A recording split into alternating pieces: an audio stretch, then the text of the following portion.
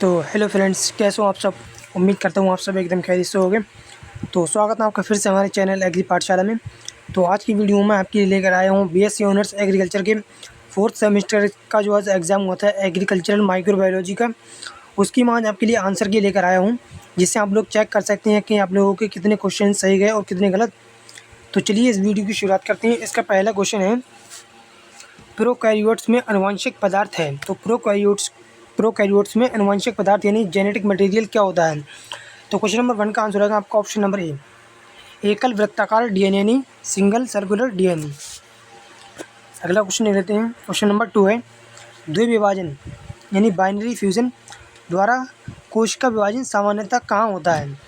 तो question number 2 का answer आएगा आपका ऑप्शन नंबर ए, प्रोकैरियोट्स में यानी द्विविभाजन द्वारा कोश का विभाजन प्रोकैरियोट्स में होता है। तो क्वेश्चन नंबर 2 का आंसर आएगा ऑप्शन नंबर ए। अगला क्वेश्चन है क्वेश्चन नंबर 3, पाश्चुरीकरण की खोज किसने की, यानी पाश्चुराइजेशन जो तकनीक होती है उसकी खोज किसने की। तो क्वेश्चन नंबर 3 का आंसर आएगा आपका option number C, Louis Pasteur, यानी पाश्चुरीकरण की खोज जो की थी वो लुईस पाश्चर ने की थी। तो क्वेश्चन नंबर 3 का आंसर आएगा ऑप्शन नंबर सी। अगला क्वेश्चन निकलते हैं। क्वेश्चन नंबर 4 है, किस प्रकार की मिट्टी में जीवाणुओं की संख्या अधिक होती है। तो क्वेश्चन नंबर 4 का आंसर आएगा आपका ऑप्शन नंबर ए, क्षारीय मिट्टी यानी एल्कलाइन सोइल, यानी एल्कलाइन सोइल में जीवाणुओं की संख्या अधिक होती है। क्वेश्चन नंबर 4 का आंसर आएगा ऑप्शन नंबर ए। अगला क्वेश्चन लिखते हैं। क्वेश्चन नंबर 5 है, जीवाणु कोशिकाओं के घनाकार पैकेट को क्या कहते हैं, यानी जीवाणु कोशिकाओं के जो घनाकार पैकेट होते हैं उसको क्या कहते हैं। तो क्वेश्चन नंबर 5 का आंसर आएगा आपका ऑप्शन नंबर सी, सरसीनी। तो क्वेश्चन नंबर 5 का आंसर आएगा ऑप्शन नंबर सी। अगला क्वेश्चन लिखते हैं। क्वेश्चन नंबर 6 है, शाखित तंतुमय हाइफे पाया जाता है। तो क्वेश्चन नंबर 6 का आंसर आएगा आपका ऑप्शन नंबर बी, एक्टिनोमाइसीट्स, यानी शाखित जो तंतुमय हाइफे पाया जाता है वो एक्टिनोमाइसीट्स में पाया जाता है। क्वेश्चन नंबर 6 का आंसर आएगा ऑप्शन नंबर बी। अगला क्वेश्चन लेते हैं। क्वेश्चन नंबर 7 है, रासायनिक रूप से बैक्टीरिया की कोशिका भित्ति किससे बनी होती है। तो क्वेश्चन नंबर 7 का आंसर आएगा आपका ऑप्शन नंबर सी, म्यूरिन, यानी रासायनिक रूप से बैक्टीरिया की कोशिका भित्ति होती है वो म्यूरिन की बनी होती है। क्वेश्चन नंबर 7 का आंसर आएगा ऑप्शन नंबर सी। अगला क्वेश्चन है क्वेश्चन नंबर 8, ग्राम अभिरंजन की खोज किसने की थी। तो क्वेश्चन नंबर 8 का आंसर आएगा आपका ऑप्शन नंबर ए, एच.सी. ग्राम, यानी ग्राम अभिरंजन की जो खोज की थी वो एच.सी. ग्राम ने की थी। तो क्वेश्चन नंबर 8 का आंसर आएगा ऑप्शन नंबर ए। अगला क्वेश्चन है क्वेश्चन नंबर 9, ग्राम अभिरंजन में किस रसायन का उपयोग मॉडरेट के रूप में किया जाता है। तो क्वेश्चन नंबर 9 का आंसर आएगा आपका ऑप्शन नंबर बी, आयोडीन, यानी ग्राम अभिरंजन में आयोडीन का उपयोग मॉडरेट के रूप में किया जाता है। क्वेश्चन नंबर 9 का आंसर आएगा ऑप्शन नंबर बी। अगला क्वेश्चन है question number 10, gram positive bacteria ग्राम अभिरंजन में बैंगनी नीला रंग किसकी उपस्थिति के कारण बनाए रखते हैं। तो क्वेश्चन नंबर 10 का आंसर आएगा आपका ऑप्शन नंबर बी, टेइकोइक अम्ल, यानी ग्राम पॉजिटिव बैक्टीरिया ग्राम अभिरंजन में बैंगनी नीला रंग जो होता है वो टेइकोइक अम्ल की उपस्थिति के कारण बनाए रखते हैं। अगला क्वेश्चन देख लेते हैं। क्वेश्चन नंबर 11 है, जीवाणु कशाविका में किस प्रकार का प्रोटीन पाया जाता है। तो क्वेश्चन नंबर 11 का आंसर आएगा ऑप्शन नंबर बी, कशाविका, यानी फ्लैगिलिन। जीवाणु कशाविका में कशाविका प्रकार का प्रोटीन पाया जाता है। अगला क्वेश्चन देख लेते हैं। क्वेश्चन नंबर 12 है, लोफोट्राइकस शब्द का अर्थ है। तो लोफोट्राइकस शब्द का क्या अर्थ है। तो क्वेश्चन नंबर 12 का आंसर आएगा ऑप्शन नंबर बी, एक तरफ कशाविकाओं का गुच्छ, यानी लेफोट्राइकस का मतलब है एक तरफ कशाविकाओं का गुच्छ, यानी tuft on flagella on one side. अगला क्वेश्चन लेते हैं। क्वेश्चन नंबर 13, ये क्वेश्चन शायद फिर से रिपीट हो रहे हैं। क्वेश्चन नंबर 13 है, कौन सा बाह्य कोशिकीय पदार्थ कुछ जीवाणुओं से शिथिल रूप से जुड़ा होता है। तो क्वेश्चन नंबर 13 का आंसर आएगा आपका ऑप्शन नंबर बी, स्लाइम, यानी स्लाइम का बाह्य कोशिकीय पदार्थ कुछ जीवाणुओं से शिथिल रूप से जुड़ा होता है। अगला क्वेश्चन देख लेते हैं। क्वेश्चन नंबर 14 है, जीवाणुओं की कौन सी संरचना संयुग्मन में सहायक होती है। तो क्वेश्चन नंबर 14 का आंसर आएगा आपका ऑप्शन नंबर बी, पिली, यानी पिली जो होता है वो जीवाणु की संरचना में संयुग्मन में सहायक होता है। अगला क्वेश्चन करते हैं। क्वेश्चन नंबर 15 है, बैक्टीरिया में मीसोसेम के कार्य हैं। तो क्वेश्चन नंबर 15 का आंसर आएगा आपका ऑप्शन नंबर डी, उपरोक्त सभी यानी डीएनए प्रतिकृति, कोशिका विभाजन, श्वसनीय, तीनों ही बैक्टीरिया में मीसोसोम के कार्य हैं। क्वेश्चन नंबर 15 का आंसर आएगा ऑप्शन नंबर डी। अगला क्वेश्चन लेते हैं, क्वेश्चन नंबर 16 है, जीवाणु कोशिका किस चरण में प्रवर्धित होती है? तो क्वेश्चन नंबर 16 का आंसर आएगा ऑप्शन नंबर बी, लघु चरण यानी लॉग फेज। यानी जीवाणु कोशिका जो होती है वो लॉग फेज में प्रवर्धित होती है।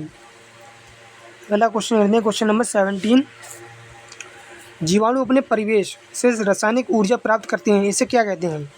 तो क्वेश्चन नंबर 17 का आंसर आएगा आपका ऑप्शन नंबर बी, रसपोशी यानी कीमोट्रॉफ। यानी जीवाणु अपने परिवेश से रासायनिक ऊर्जा प्राप्त करते हैं उसे रसपोशी कहते हैं। अगला क्वेश्चन लेते हैं, क्वेश्चन नंबर 18 है, जीवाणु में आनुवांशिक पुनर्संयोजन का कौन सा रूप नहीं है? तो क्वेश्चन नंबर 18 का आंसर आएगा आपका ऑप्शन नंबर डी, परलैंगिक चक्र यानी पैरासेक्सुअल साइकिल। यानी जीवाणु में आनुवांशिक पुनर्संयोजन का परलैंगिक चक्र रूप नहीं है, बाकी संयुग्मन, रूपांतरण, पारगमन, ये तीनों ही जीवाणु में आनुवांशिक पुनर्संयोजन के रूप हैं।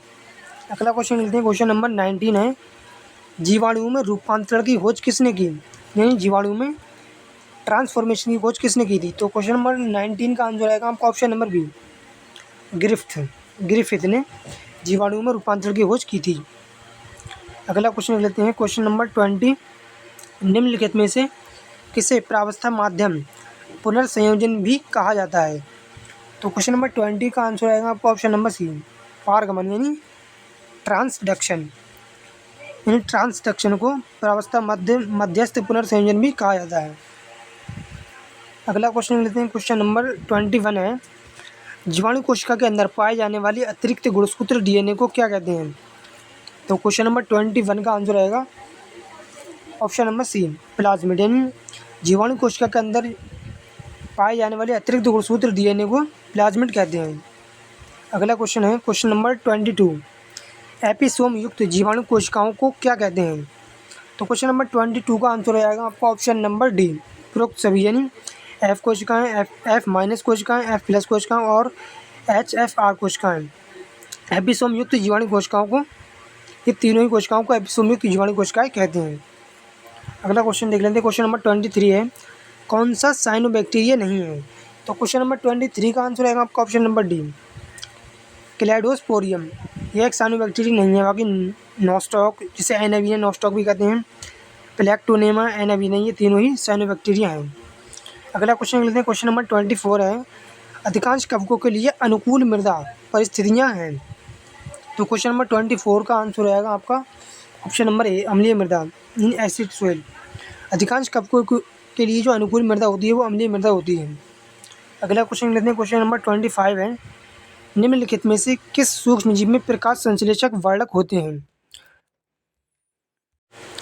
तो क्वेश्चन नंबर 25 का आंसर आएगा आपका ऑप्शन नंबर सी, शैवाल यानी एल्गी। यानी एल्गी में प्रकाश संश्लेषक वर्णक होते हैं। अगला क्वेश्चन लेते हैं, क्वेश्चन नंबर 26 है, भूवैज्ञानिक कार्बन चक्र की प्रमुख घटना कौन सी है? तो क्वेश्चन नंबर 26 का आंसर आएगा आपका ऑप्शन नंबर डी, बाइकार्बोनेट का निर्माण। यानी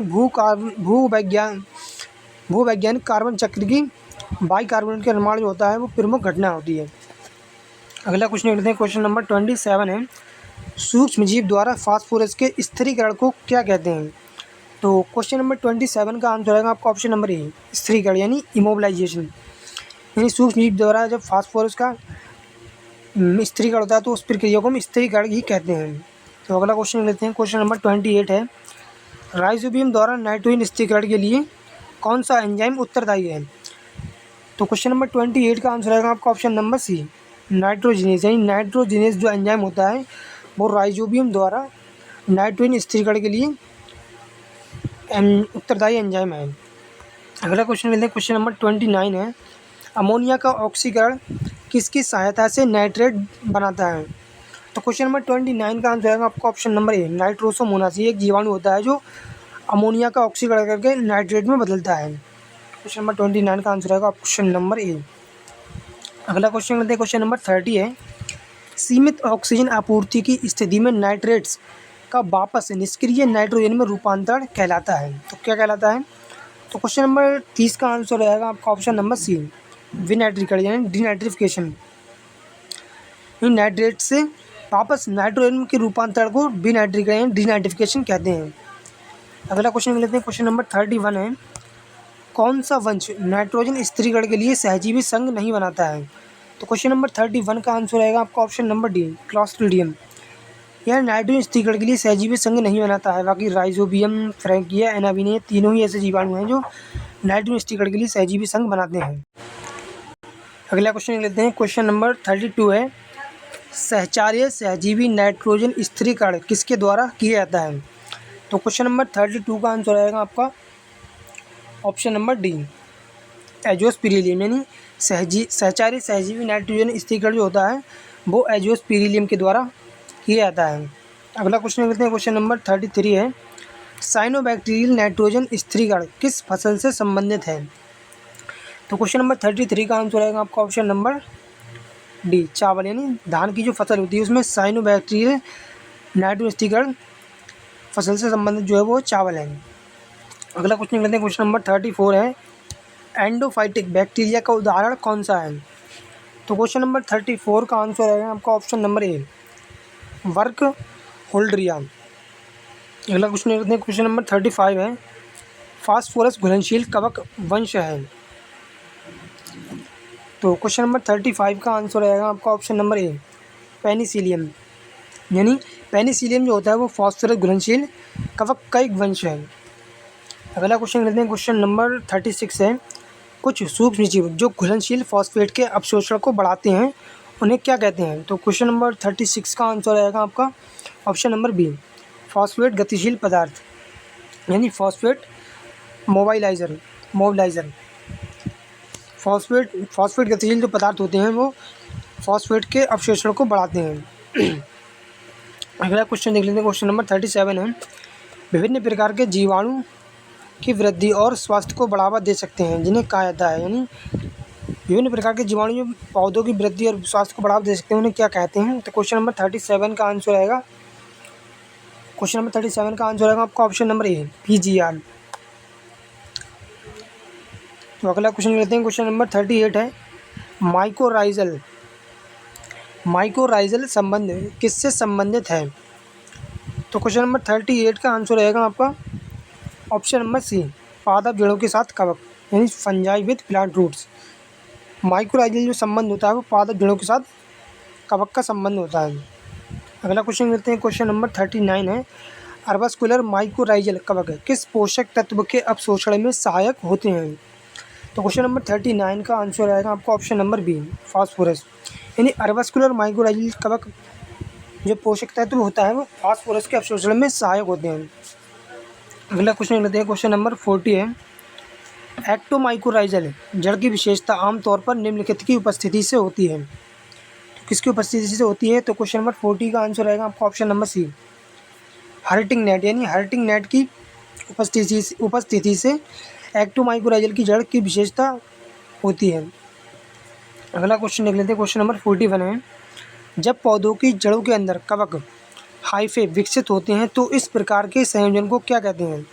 तो क्वेश्चन नंबर 41 का आंसर रहेगा आपका ऑप्शन नंबर सी, एंडोमाइकोराइजल। यानी जब पौधों की जड़ों के अंदर कवक हाइफे विकसित होते हैं तो उस संयोजन को एंडोमाइकोराइजल कहते हैं। अगला क्वेश्चन लेते हैं, क्वेश्चन नंबर 42 है, प्राकृतिक उत्पत्ति से संश्लेषित कीटनाशकों को क्या कहते हैं? तो क्वेश्चन नंबर 42 का आंसर आएगा आपका ऑप्शन नंबर ए, जैव कीटनाशक यानी बायोपेस्टिसाइड। यानी प्राकृतिक उत्पत्ति से संश्लेषित कीटनाशकों को जैव कीटनाशक कहते हैं। अगला क्वेश्चन लेते हैं, क्वेश्चन नंबर 43 है, जब सूक्ष्मजीव कीटनाशक में सक्रिय घटक के रूप में कार्य करते हैं तो कौन सा शब्द पसंद किया जाता है? तो क्वेश्चन नंबर 43 का आंसर आएगा आपका ऑप्शन नंबर बी, सूक्ष्मजीवी कवक कीटनाशक यानी माइक्रोबियल पेस्टिसाइड। यानी जब सूक्ष्मजीव कीटनाशक सक्रिय घटक के रूप में कार्य करते हैं तो सूक्ष्मजीवी कीटनाशक शब्द को पसंद किया जाता है। तो अगला क्वेश्चन लेते हैं, क्वेश्चन नंबर 44 है, ट्राइकोग्रामा एक है। तो ट्राइकोग्रामा क्या है? तो क्वेश्चन नंबर 44 का आंसर आएगा आपका ऑप्शन नंबर बी, अंडा परजीवी यानी एग पैरासाइट। यानी ट्राइकोग्रामा जो है वो एक अंड परजीवी है। अगला क्वेश्चन लेते हैं, क्वेश्चन नंबर 45 है, स्वतंत्र वयस्क अवस्था किससे संबंधित है? तो क्वेश्चन नंबर 45 का आंसर आएगा आपका ऑप्शन नंबर सी, ए और बी दोनों, यानी शिकारी यानी प्रेडेटर और परजीवी यानी पैरासाइट से। स्वतंत्र वयस्क अवस्था जो होती है वो दोनों से संबंधित होती है। अगला क्वेश्चन लेते हैं, क्वेश्चन नंबर 46 है, साइलेज को किण्वित करने और भंडारण करने की प्रक्रिया को क्या कहते हैं? तो क्वेश्चन नंबर 46 का आंसर आएगा आपका ऑप्शन नंबर ए, एनसिलेज, यानी साइलेज को किण्वित करने और भंडारण करने की प्रक्रिया को एनसिलेज कहते हैं। अगला क्वेश्चन है क्वेश्चन नंबर 47, हैलेज शब्द किस फसल से संबंधित है? तो क्वेश्चन नंबर 47 का आंसर आएगा आपका ऑप्शन नंबर बी, अल्फाल्फा, यानी हैलेज शब्द जो है संबंध है वो अल्फा फसल से संबंधित है। अगला क्वेश्चन लेते हैं, क्वेश्चन नंबर 48 है, शैवाल जैव ईंधन को क्या कहा जाता है? तो क्वेश्चन नंबर 48 का आंसर आएगा आपका ऑप्शन नंबर सी, जैव ईंधन की तीसरी पीढ़ी, यानी थर्ड जनरेशन ऑफ बायोफ्यूल। शैवाल जैव ईंधन जो होता है उसे जैव ईंधन की तीसरी पीढ़ी कहा जाता है। अगला क्वेश्चन है क्वेश्चन नंबर 49, रेपसीड, सूरजमुखी आदि जैसी फसलों से प्राप्त तेल समृद्ध जैव सामग्री को माना जाता है। तो क्वेश्चन नंबर 49 का आंसर आएगा आपका ऑप्शन नंबर ए, प्रथम पीढ़ी का जैव ईंधन, यानी रेपसीड, सूरजमुखी आदि फसलों से प्राप्त तेल जो होता है उसको प्रथम पीढ़ी का जैव ईंधन माना जाता है। अगला क्वेश्चन है क्वेश्चन नंबर 50, जीवाणुओं द्वारा एसिटिक अम्ल और कार्बन डाइऑक्साइड के उत्पादन को क्या कहते हैं? तो क्वेश्चन नंबर 50 का आंसर आएगा, क्वेश्चन नंबर 50 का आंसर आएगा आपका ऑप्शन नंबर ए, एसिटोजेनेसिस, यानी जीवाणुओं द्वारा एसिटिक अम्ल और कार्बन डाइऑक्साइड के उत्पादन को एसिटोजेनेसिस कहते हैं। अगला क्वेश्चन है क्वेश्चन नंबर 51, वनस्पति तेल से प्राप्त फैटी एसिड्स के मोनोएल्किल एस्टर को क्या कहते हैं? तो क्वेश्चन नंबर 51 का आंसर आएगा आपका ऑप्शन नंबर डी, यानी बायोडीजल, यानी वनस्पति तेल से प्राप्त फैटी एसिड के मोनोएल्किल एस्टर को बायोडीजल कहते हैं। अगला क्वेश्चन है क्वेश्चन नंबर 52, बैक्टीरिया में ट्रांसडक्शन की खोज किसने की? तो क्वेश्चन नंबर 52 का आंसर आएगा आपका ऑप्शन नंबर ए, जिंडर और लीडर वर्ग, यानी बैक्टीरिया में ट्रांसडक्शन की जो खोज की थी वो जिंडर और लीडर वर्ग ने की थी। अगला क्वेश्चन लेते हैं, क्वेश्चन नंबर 53 है, कोशिका मृत्यु किस प्रावस्था की सामान्य विशेषता है? तो क्वेश्चन नंबर 53 का आंसर आएगा आपका ऑप्शन नंबर डी, ह्रास प्रावस्था, यानी कोशिका मृत्यु की प्रावस्था है वो सामान्य विशेषता ह्रास प्रावस्था की एक विशेषता है। अगला क्वेश्चन है क्वेश्चन नंबर 54, डीएनए का द्विहेलिक्स यानी डबल हेलिक्स मॉडल किसके द्वारा प्रस्तावित किया गया है? तो क्वेश्चन नंबर 54 का आंसर आएगा ऑप्शन नंबर बी, वाटसन एवं क्रिक, यानी डीएनए का डबल हेलिक्स मॉडल का स्ट्रक्चर था वो वाटसन एवं क्रिक ने दिया था। अगला क्वेश्चन लेते हैं, क्वेश्चन नंबर 55 है, जीवाणु कोशिका का अनुमानित आकार क्या है? तो क्वेश्चन नंबर 55 का आंसर आएगा आपका ऑप्शन नंबर बी, 0.5 से 1 माइक्रोमीटर व्यास, यानी जीवाणु कोशिका का जो आकार होता है वो 0.5 से 1 माइक्रोमीटर तक होता है। अगला क्वेश्चन है क्वेश्चन नंबर 56, सेलमैन वैक्समैन ने 1944 में किस एंटीबायोटिक की खोज की थी? तो क्वेश्चन नंबर 56 का आंसर आएगा आपका ऑप्शन नंबर डी, स्ट्रेप्टोमाइसिन। और सबसे पहली जो एंटीबायोटिक की खोज करी थी वो अलेक्जेंडर फ्लेमिंग ने करी थी 1928 में, वो थी पेनिसिलिन। तो क्वेश्चन नंबर 56 का आंसर आएगा आपका ऑप्शन नंबर डी। अगला क्वेश्चन लेते हैं, क्वेश्चन नंबर 57 है, टीकाकरण का आविष्कार किसने किया था? तो क्वेश्चन नंबर 57 का आंसर आएगा आपका ऑप्शन नंबर बी, जेनर, यानी टीकाकरण यानी वैक्सीनेशन का जो आविष्कार किया था वो जेनर ने किया था। अगला क्वेश्चन है क्वेश्चन नंबर 58, पौधों में माइकोराइजा कवक का प्राथमिक कार्य क्या है? तो क्वेश्चन नंबर 58 का आंसर आएगा आपका ऑप्शन नंबर बी, फास्फोरस अवशोषण, यानी पौधों में माइकोराइजा कवक का जो प्राथमिक कार्य होता है वो फास्फोरस का अवशोषण करना होता है। अगला क्वेश्चन देख लेते हैं, क्वेश्चन नंबर 59 है, किस तत्व के कार्बनिक संकुल का अकार्बनिक अवस्था में रूपांतरण कहलाता है? किसी तत्व के कार्बनिक संकुल का अकार्बनिक अवस्था में रूपांतरण क्या कहलाता है? तो क्वेश्चन नंबर 59 का आंसर आएगा आपका ऑप्शन नंबर ए, खनिजीकरण, यानी मिनरलाइजेशन। किसी तत्व के कार्बनिक संकुल का अकार्बनिक अवस्था में रूपांतरण खनिजीकरण कहलाता है।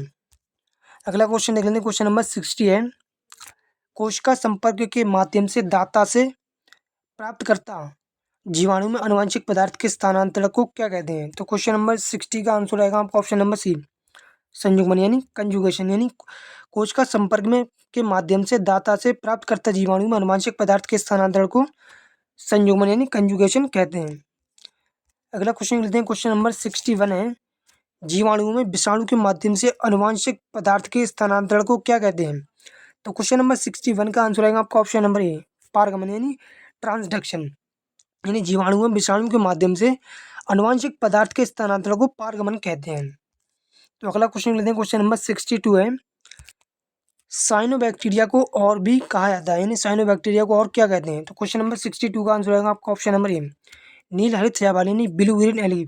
साइनोबैक्टीरिया को नील हरित शैवाल यानी ब्लू ग्रीन एल्गी भी कहते हैं। अगला क्वेश्चन है, क्वेश्चन नंबर 63, लिटमस एक प्राकृतिक रंग है जो प्राप्त होता है, तो किससे प्राप्त होता है? क्वेश्चन नंबर 63 का आंसर आएगा ऑप्शन नंबर सी, लाइकेन से यानी लिटमस जो होता है जो कि एक प्राकृतिक रंग है जो लाइकेन से प्राप्त होता है।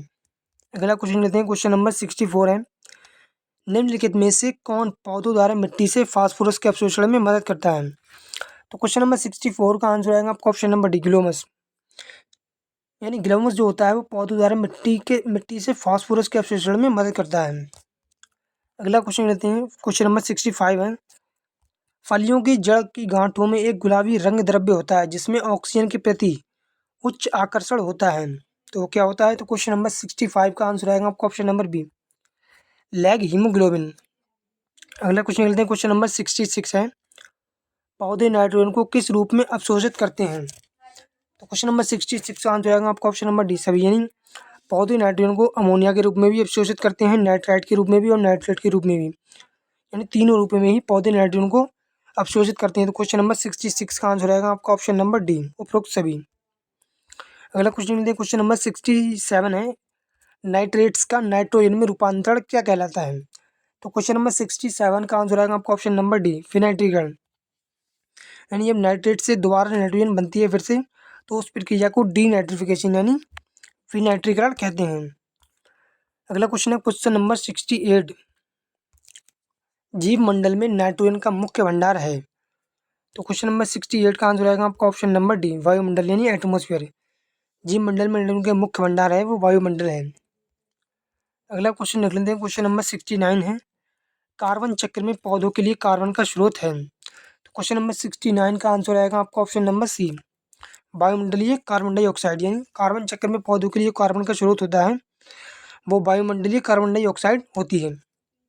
अगला क्वेश्चन लेते हैं, क्वेश्चन नंबर 70 है, जीवाश्म ईंधन का जलना निम्नलिखित में से किस प्रदूषक का मुख्य स्रोत है? तो क्वेश्चन नंबर 70 का आंसर आएगा आपका option number D, sulphur dioxide यानी जीवाश्म ईंधन का जलना जो होता है वो सल्फर डाइऑक्साइड प्रदूषक का मुख्य स्रोत है।